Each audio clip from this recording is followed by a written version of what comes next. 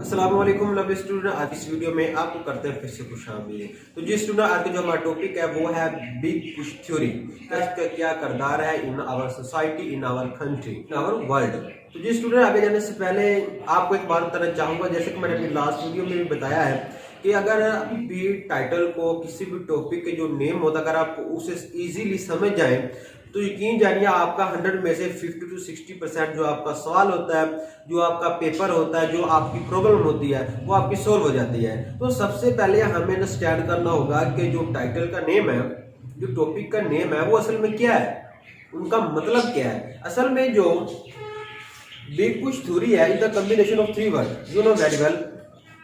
मैं अंडरलाइन कर देता हूँ यहाँ पर, बिग पुश एंड थ्योरी मतलब हो गया यहाँ पर लार्ज साइज हो सकता है, लार्ज अमाउंट हो सकता है। तो पुश पुश मीन होना धकेलना, इसे पंजाबी में हम कहते हैं धक्का मारना। तो आप वो मत समझ लेना जो हम किसी को अपने मकान से गिराने के लिए धक्का मारते हैं, वो धक्का नहीं इसमें इंक्लूड है। इसमें धक्का मारने से मुराद या धकेलने से मुराद है कि 1 पॉइंट टू सेकंड पॉइंट या स्टार्ट टू एंड या डाउन टू अपवर्ड, जो हम मूव करते हैं किसी भी चीज को, चाहे वो कंट्री हो सकती है, चाहे वो थिंग्स हो सकती है, चाहे वो एक वुमेन हो सकता है, वो क्या तो पुश कहलाता है। उसको आता है theory. What is your idea and experience, that is called theory. पूरी थ्योरी असल में यही है कि वो कौन सी चीज है, वो कौन से फैक्टर है जिसकी वजह से अगर हम किसी मुल्क को प्रोवाइड करें जो अंडर डेवलपमेंट है, अगर हम उसे प्रोवाइड करें और वो डेवलपमेंट कंट्री बन जाए। Big push theory was introduced by Rodan Rodan in 1943. The Rosenstein Rodan said that how we can the underdeveloped countries to make a development. The Rosenstein Rodan said that we should follow the bit by bit policy, the bit by bit theory. Bit by bit theory क्या होती है वो हम आगे points में discuss करेंगे। इसमें bit by bit theory होती क्या है और रोजेंस्टीन रोडन ने क्यों इसका नाम लिया वो हम आगे जाकर डिस्कस करेंगे। तो रोजेंस्टीन रोडन ने कहा कि जो अंडर डेवलपमेंट कंट्रीज होती हैं डेवलप करने के लिए, उनको डेवलपमेंट कंट्रीज में इंक्लूड करने के लिए, उनको डेवलपमेंट कंट्री बनाने के लिए तीन फैक्टर जो मेन है वो सबसे है। वो है सबसे पहला है इंडिविजिबिलिटीज प्रोडक्शन फंक्शन, दूसरा है इंडिविजिबिलिटीज डिमांड और तीसरा है indivisibilities in supply of saving. तो हम यहाँ पर वन बाय वन इसको डिस्कस करेंगे क्या होता है तीनों फैक्टर्स में। एक ऐसा वर्ड है जो मैंने बार बार रिपीट किया, वो क्या है, इंडिविजिबिलिटीज। मैं यहाँ पे लिख लेता हूँ इसका क्या मतलब है। अगर मैं ओवरऑल बात करूं कि इंडिविजिबिलिटीज का क्या मतलब होता है कि जो तफसील ना की जा सके। इकोनॉमिक्स में इसका मतलब है the indivisibilities are car to profit, the indivisibilities car to demand increase, the indivisibilities car to market extend. For example, जैसे कि आप मेरे इलाके में अगर पेट्रोल पंप नहीं है, ये पेट्रोल डलवाने के लिए मुझे 20 से 30 किलोमीटर का सफर करना होता है, तो इससे मुझे बहुत ही लॉस हो रहा है। अगर हर आदमी के पास ऑटोमोबाइल हो तो क्या होगा, डिमांड इंक्रीज हो जाएगी। जब डिमांड इंक्रीज होगी तो क्या एक न्यू पेट्रोल पंप ओपन हो जाएगा, जिससे क्या होगा, बेनिफिट होगा। जिससे क्या होगा, बेनिफिट होगा, मुझे भी होगा, सब लोगों को होगा। की वजह से डिमांड इंक्रीज होगी, डिमांड इंक्रीज होने से क्या होगा, जो मार्केट है वो एक्सटेंड हो जाएगी। तो इसे हम कहते हैं इंडिविजिबिलिटी, यानी कि प्रॉफिट होना, डिमांड का इंक्रीज हो जाना, मार्केट का एक्सटेंड हो जाना क्या कहलाता है, इंडिविजिबिलिटी कहलाता है। तो फर्स्ट ऑप्शन वो हमारा है इंडिविजिबिलिटीज इन प्रोडक्शन फंक्शन। असल में जो प्रोडक्शन फंक्शन है वो असल में बिट बाय बिट के रूल को फॉलो नहीं करता। जो बिट बाय बिट की पॉलिसी है, जो बिट बाय बिट की थ्योरी है, जो रूल है, वो असल में प्रोडक्शन फंक्शन उसको एक्सेप्ट नहीं करता। The production function are not except bit by bit theory. Production function है वो कहता है कि हमें have a large amount, have a big amount पर हमें इन्वेस्ट करना चाहिए अंडर डेवलपमेंट कंट्रीज में ऑन अ वन इंडस्ट्री पर। जब प्रोडक्शन इंक्रीज होगी तो डिमांड इंक्रीज होगी। स्टेन रोडन ने कहा कि नहीं, बल्कि हमें बिट बाय बिट के रूल को फॉलो करना चाहिए, यानी कि हमें मुख्तलिफ इंडस्ट्री पर अपनी जो इन्वेस्टमेंट हो उसे इन्वेस्ट करना चाहिए, ना कि हमें have a big amount invest on one industry. Big amount invest करेंगे तो मार्केट को या इकोनॉमी को इसका कोई फायदा नहीं होगा, जिससे जो इंडस्ट्री होगी वो उसकी डिमांड डिक्रीज होगी और कोई भी बेनिफिट, कोई भी इनकम, कोई भी सेविंग नहीं होगी। फॉर एग्जाम्पल, रोजेंस्टीन रोडन ने एक एग्जांपल पेश की जिसमें कहा कि अगर हम शूज की न्यू इंडस्ट्री ओपन करें और उसमें 100 वर्कर जो वो अपना काम सारा इंजाम दें, तो जब 100 वर्कर अपना काम सारा इंजाम देंगे, अपना काम करेंगे, तो उससे क्या होगा, उनकी वेजेस इंक्रीज होगी। जब उनकी वेजेस यानी कि जब उनकी इनकम इंक्रीज होगी तो क्या उनकी डिमांड भी इंक्रीज होगी। तो ये तो नहीं ना हो सकता कि जितने भी 100 वर्कर हैं वो अपनी जितनी भी इनकम है वो शूज पर ही लगा देंगे, जिनको वो शूज ही परचेज करेंगे। ये तो नहीं हो सकता, क्योंकि 100 वर्कर की मुख्तलिफ डिमांड होगी, उनके मुख्तलिफ गुड्स होंगे जो वो परचेज करेंगे। तो उसने कहा कि इससे जो शूज इंडस्ट्री होगी उनकी डिमांड डिक्रीज होगी और उससे प्रॉफिट नहीं होगा। जब प्रॉफिट नहीं होगा तो सेविंग कहाँ से होगी? उन्होंने कहा कि हमें ना कि वन इंडस्ट्री पर इन्वेस्टमेंट करनी चाहिए हैव अ बिग अमाउंट के साथ, बल्कि हमें मुख्तलिफ इंडस्ट्री में इन्वेस्टमेंट करनी चाहिए। हमें सोशल ओवरहेड कैपिटल पर इन्वेस्ट करनी चाहिए बिग अमाउंट के साथ। अब सोशल ओवरहेड कैपिटल क्या है, मैं यहाँ पर लिख लेता हूँ। ये असल में इंफ्रास्ट्रक्चर कहलाता है। उन्होंने ने कहा कि हमें सोशल ओवरहेड, जिसे हम SOC भी कहते हैं, बुक में इस तरह जिक्र हुआ है, इनके हमें सोशल ओवरहेड कैपिटल पर हमें इन्वेस्टमेंट करनी चाहिए। अब सोशल ओवरहेड कैपिटल क्या है, उसे हम इंफ्रास्ट्रक्चर कहते हैं। अब इंफ्रास्ट्रक्चर की भी आगे 2 टाइप्स हैं। सोशल होगा यानी कि जो हमारी है एजुकेशन को डेवलप करना चाहिए, इंक्रीज करना चाहिए, इसकी डिमांड को इंक्रीज करना चाहिए। और हेल्थ केयर जो हमारे सेंटर है उनको इंक्रीज करना चाहिए, उनको डेवलप करना चाहिए। इसके अलावा EDC आप देख सकते हैं, बहुत सी चीजें इसमें आती हैं। उसके बाद आता है इकोनॉमिक्स। इकोनॉमिक्स में क्या होता है? बिजली देख सकते हैं, इसमें ब्रिज हो सकता है, रोड हो सकते हैं एंड ETC। इन दोनों पर इन्वेस्टमेंट करनी चाहिए। जब हम इन दोनों पर इन्वेस्टमेंट करेंगे तो क्या ऑटोमेटिक जो अंडर डेवलपमेंट कंट्रीज है वो डेवलप होना शुरू हो जाएंगी। और उन्होंने कहा कि हमें 30% तो 40% हमें इन्वेस्टमेंट करना चाहिए किन पर? इंफ्रास्ट्रक्चर पर, जिससे क्या होगा, जो अंडर डेवलपमेंट कंट्रीज है वो डेवलप होना शुरू हो जाएंगे।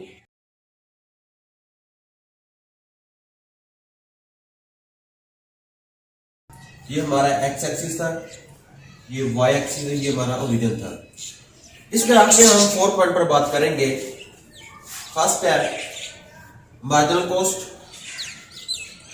सेकंड है एवरेज कॉस्ट, थर्ड है एवरेज रेवेन्यू और मार्जिनल रेवेन्यू। अगर तो आप इन 4 पॉइंट्स के बारे में जानते हैं, इन 4 पॉइंट के बारे में अगर तो आप जानते हैं, तो आपको इस ग्राफ में जो भी मैंने पैटर्न यूज करना है आपके लिए वो डिफिकल्ट नहीं होगा, क्योंकि इस ग्राफ में हम मार्जिनल कॉस्ट, एवरेज रेवेन्यू और मार्जिन रेवेन्यू पर ही बात करेंगे। तो फर्स्ट ऑफ ऑल हमने लिया था average cost, because always U shape, and then marginal cost. उसके बाद हमने कहा था कि ये हमारी डिमांड है, जिसे हमने नाम दिया था एवरेज रेवेन्यू, और ये थी हमारी मार्जिनल रेवेन्यू से हम डिमांड करके कहते हैं। लव यूज किया है बैलेंस ऑफ इकोनॉमी, कि इकोनॉमी कहां पर जाकर बैलेंस होती है? इकोनॉमी असल में बैलेंस होती है जहां पर marginal cost is equal to marginal revenue, यानी कि जहां पर जो मार्जिनल कॉस्ट है मार्जिनल रेवेन्यू के बराबर हो जाती है, या मार्जिनल रेवेन्यू मार्जिनल कॉस्ट के बराबर हो जाती है। अब वो पॉइंट कौन सा होगा? जहां से मार्जिनल कॉस्ट अबव होगी। अब मार्जिनल कॉस्ट कहां पर अबव हो रही है? तो आप देख सकते हैं ये जो लाइन है ये ऊपर जा रही है, जो मार्जिनल कॉस्ट की है, और ये मार्जिनल रेवेन्यू जहां पर इंटरसेक्ट कर रही है, ये देखें यहाँ पर इंटरसेक्ट कर रही है। तो ये क्या है? ये बैलेंस ऑफ इकोनॉमी है। यहाँ पर जो इकोनॉमी हमारी बैलेंस हो रही है, तो हम इसको नीचे ले आते हैं ऐसे। ये डिमांड है हमारी, क्यू है, ठीक होगा। उसके बाद आ जाते हैं प्राइस की तरफ कि प्राइस क्या होगी। वो प्राइस कहाँ पर होती है? एवरेज रेवेन्यू पर होती है। इसको ऊपर ले जाते हैं ऐसे, ठीक हो गया। ये हमारी क्या होगी? प्राइस होगी। अब हमने प्राइस की बात तो कर ली, अब हमने कॉस्ट की भी तो बात करनी है। कॉस्ट क्या होगी? ये जो लाइन है एवरेज कॉस्ट की, हमने यहाँ पर एवरेज रेवेन्यू या एवरेज डिमांड की बात की है, तो हमने फिर एवरेज कॉस्ट की भी तो बात करनी है। अगर एवरेज प्राइस की बात की है, एवरेज कॉस्ट की भी तो बात करनी है हमने। तो एवरेज कॉस्ट कहाँ होगी? यहाँ पे इंटरसेक्ट करेगी, ये यहाँ से आ जाएगा, ये हमारी कॉस्ट है। अब ये जो आप देख रहे हैं, ये शेप बन चुकी है, ये वाली इसकी बिटवीन है, ये क्या है आपका? असल में ये आपका लॉस है, लॉस। ये आपका लॉस है। आप अगर पॉइंट देना चाहते हैं आप इसे ए दें और बी दे सकते हैं, यानी कि जो पॉइंट PABC है ये असल में आपका लॉस्ट है। अगर आप एक इंडस्ट्री पर इन्वेस्टमेंट करते हैं, ओनली वन इंडस्ट्री पर है, अगर आप एक ही इंडस्ट्री पर इन्वेस्ट करते हैं तो आपको इतना नुकसान होगा, बिकॉज जो आपकी एवरेज रेवेन्यू है वो आपकी बिलो द एवरेज कॉस्ट है, क्योंकि अगर आपकी एवरेज कॉस्ट ज्यादा है मगर आपकी जो एवरेज रेवेन्यू है वो आपकी कम है। यानी कि अगर मैं कहूँ कि जो आपकी आमदनी है, जो आपको आउटपुट मिल रहा है वो आपका कम है किससे, एवरेज कॉस्ट है जो आपने इनपुट दिया है, यानी कि आपका इनपुट ज्यादा है लेकिन आपकी जो आउटपुट है वो कम है। हम कह सकते हैं जो एवरेज रेवेन्यू है वो लेस देन है किससे, एवरेज कॉस्ट से, या फिर आप कहें average cost is greater than average revenue. ठीक हो गया। इंडिविजिबिलिटीज इन प्रोडक्शन फंक्शन में क्या होता है, अगर हम एक इंडस्ट्री पर इन्वेस्ट करें हैव अ बिग अमाउंट के साथ तो क्या होगा, हमें इतना लॉस होगा क्योंकि डिमांड कम होगी।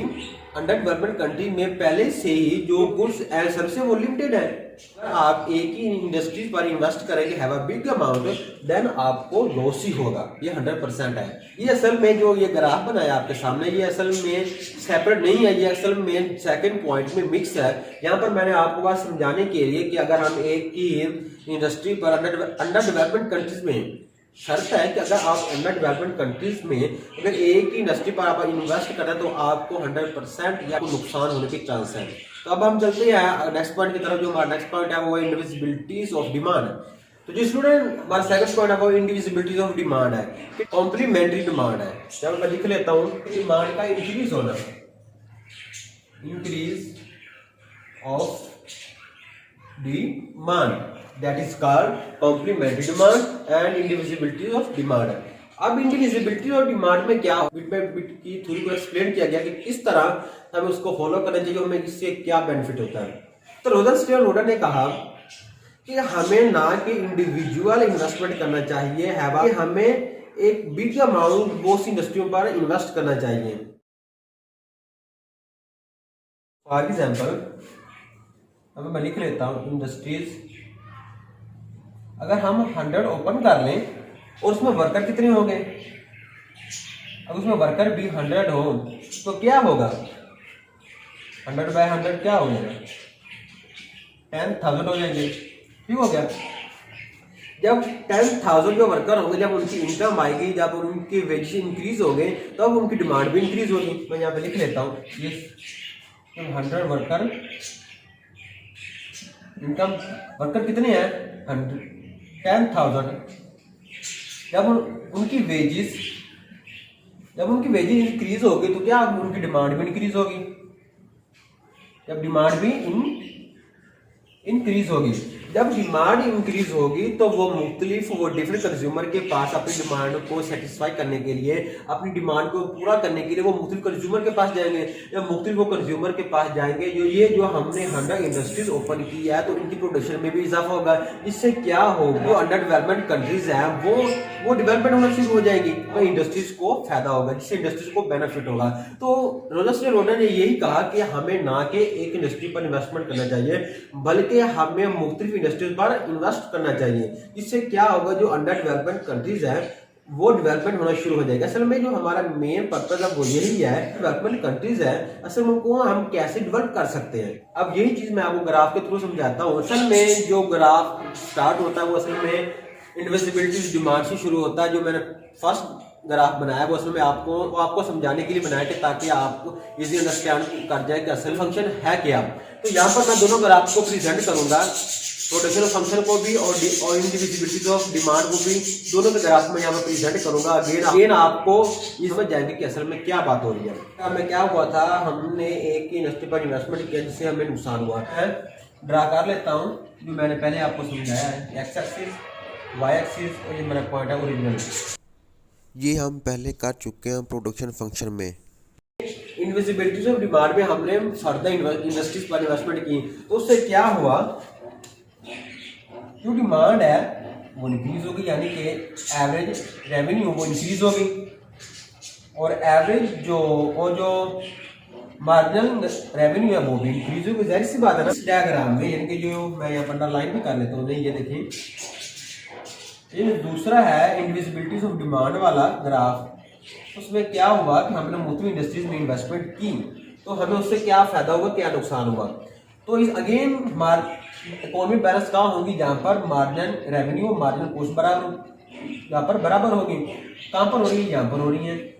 और मार्जिनल कॉस्ट क्या हो रही है, इंक्रीज हो रही है। ये देखिए ना, यहाँ पर ये दोनों इंटरसेक्ट हो गए, मार्जिनल कॉस्ट मार्जिनल कॉस्ट और मार्जिनल रेवेन्यू यहाँ पर इंटरसेक्ट हो गए, यहाँ पर बैलेंस हो गए।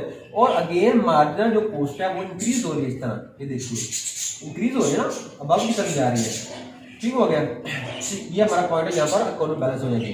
तो उसके बाद आ जाता है स्टूडेंट, इसके बाद ये जो लाइन है ये यू शेप आ गई, ये क्या है हमारी, ये है एवरेज कॉस्ट है। तो कॉस्ट हमारी यहाँ पे शिफ्ट कहाँ हो रही है, यहाँ पर, तो ये इस तरह आ जाएगी, ये हमारी कॉस्ट हो जाएगी। और अब हमारी प्राइस का कहाँ पर है, यानी कि हमारी जो एवरेज रेवेन्यू है वो अब शिफ्ट हो चुकी है अपवर्ड। ये देख सकते हैं आप इस तरह, ये अब क्या कहलाएगी हमारी कॉस्ट, यानी कि इसे हम पॉइंट एफ का नाम दे लेते हैं और इसे पॉइंट एच का नाम दे लेते हैं। यानी कि जो हमारा पॉइंट सी एफ एच और पी है, ये अब हमारा क्या है, ये अब हमारा प्रॉफिट बन चुका है। मैं इसे ऐसे अंडरलाइन कर लेता हूँ। जब क्या हमारा अब हमारी ये प्रॉफिट है। क्या हुआ, यानी कि जो पहले डायग्राम में क्या हुआ था, जो एवरेज कॉस्ट थी वो अबव थी किससे, एवरेज रेवेन्यू से। लेकिन सेकंड ग्राफ में क्या हुआ, जो एवरेज कॉस्ट है वो बिलो है टू द एवरेज रेवेन्यू से। ये रोजर ने कहा कि अगर आप मुख्तलिफ इंडस्ट्रीज में आप इन्वेस्टमेंट करते हैं तो आपको नुकसान नहीं होगा, ये आपकी रिस्क नहीं होगा। जो आपकी इंडस्ट्रीज होंगी, जो आपने इन्वेस्टमेंट किया होगा वो आपके लिए प्रॉफिट होगा। और जब प्रॉफिट होगा तो आपकी सेविंग इंक्रीज होगी। जब सेविंग इंक्रीज होगी तो क्या होगा, आपको अगेन इन्वेस्टमेंट कर पाएंगे। क्या वो हम जानते हैं कि जो एवरेज कॉस्ट है ये ऑलवेज क्या होती है, यू शेप की होती है। देखें ये यू शेप है, ऑलवेज यू शेप है। ये बिलो है, डाउन है, किससे है, ये है एवरेज रेवेन्यू से बिलो है। यानी कि आपने जितनी भी आउटपुट लगाई है आपको टू टाइम उसका प्रॉफिट मिल रहा है। यानी कि एवरेज रेवेन्यू आपका क्या है, यहाँ पर आपका प्रॉफिट है। ये आप इसे प्रॉफिट कहें, अपना प्रॉफिट। और ये क्या है, यहाँ पर ये जो लाइन है ये वाली यू शेप ऑलवेज, ये क्या है, आपका इनपुट है। यानी कि आपका इनपुट कम है किससे, आपके प्रॉफिट से। जिनका तो प्रॉफिट ज्यादा है और आपका इनपुट कम है, तो यहां पर मैं लिख सकता हूं एवरेज कॉस्ट लेस देन किससे, एवरेज रेवेन्यू से। या आप कहें average revenue is greater than average cost. इसके अलावा आप ये भी लिख सकते हैं the point C, point F, point H और पॉइंट पी। एफ एच और पॉइंट पी क्या है, ये आपका प्रॉफिट है।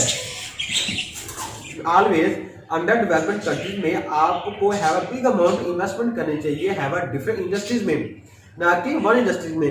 क्योंकि अंडर डेवलपमेंट कंट्रीज में पहले से जो गुड्स एंड सर्विसेज है वो लिमिटेड है।